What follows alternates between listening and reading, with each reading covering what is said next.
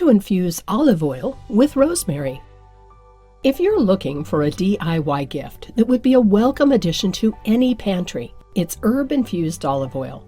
Every home cook, from the most clueless to the veteran, can find something to do with a small selection of infused oils.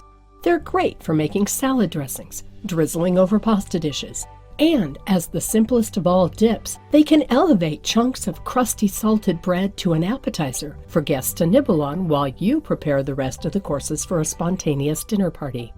One of the best things about making your own herb-infused olive oil for gifting is that you can simply pour it into an elegant bottle, add a rustic ribbon with a personalized tag, and voila!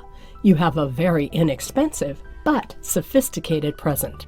If you've never tried making infusions before, it's good to start with rosemary, an herb that's easily accessible, used in many dishes, and relatively cheap. Find out here how to infuse olive oil with rosemary.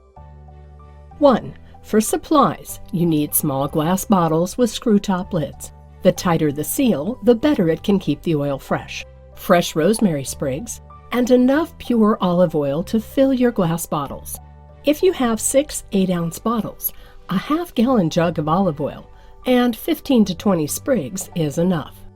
Normally, extra virgin olive oil is considered superior to plain olive oil, but the former can be too overpowering for infusions. 2. Wash the bottles and lids thoroughly. 3. Carefully rinse the rosemary sprigs and allow them to soak in clean water for about an hour to get rid of unwanted flavors from the leaves, like dust, bugs, pesticides, and so on. 4. The most important thing to remember when making oil infusions is that moisture is the enemy. You don't want water to get in, as it will host mold that can cause food poisoning. The olive oil itself won't support bacterial growth, but any water left on the bottle or herb sprigs will, even if you keep the bottle sealed and refrigerated. This is why you need to completely air dry the bottles before pouring the oil into it. Likewise, you should also let the rosemary sprigs dry out for several days before infusion.